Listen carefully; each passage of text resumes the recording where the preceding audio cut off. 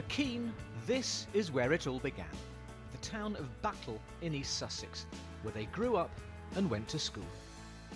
And this is Bexhill-on-Sea, just down the road from Battle. Now, these days, Keane can sell out huge venues such as the O2 in London.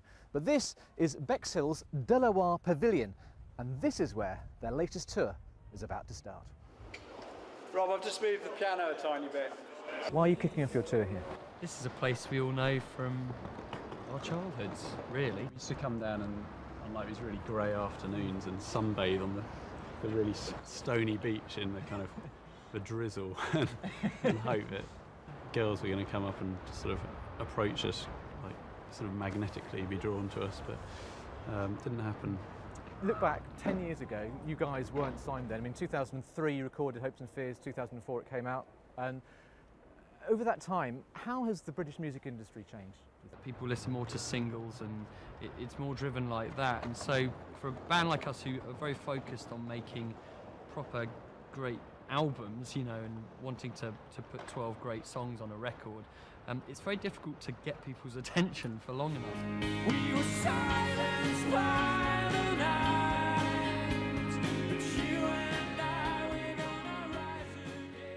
But if you were today an unknown singer, would you go on X Factor? I don't think so.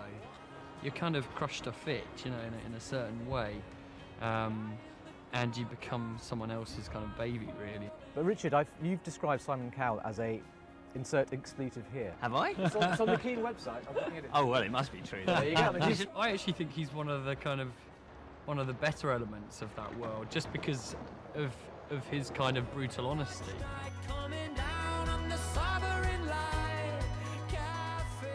We're very lucky, I think, that our music is kind of internationally loved, because I think a lot of British bands sort of find, you know, they're very popular within Britain, but their music doesn't kind of translate so well abroad. So I think, you know, we feel very fortunate that we get to travel to Argentina and play to, you know, 20,000 people over there.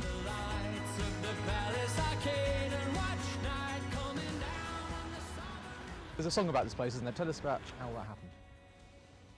We are outside the Sovereign Light Cafe, which is on the seafront in Bexhill, and Tim and I used to come here to warm up with a cup of tea when we come down to the beach. When you'd not pulled, when we hadn't pulled, we'd admit defeat and go for a cuppa here. Keane have written a song about this cafe. What do you make of that? I think it's marvellous. I think it's wonderful, and it'd be really good for Bexhill, bring in lots of tourists.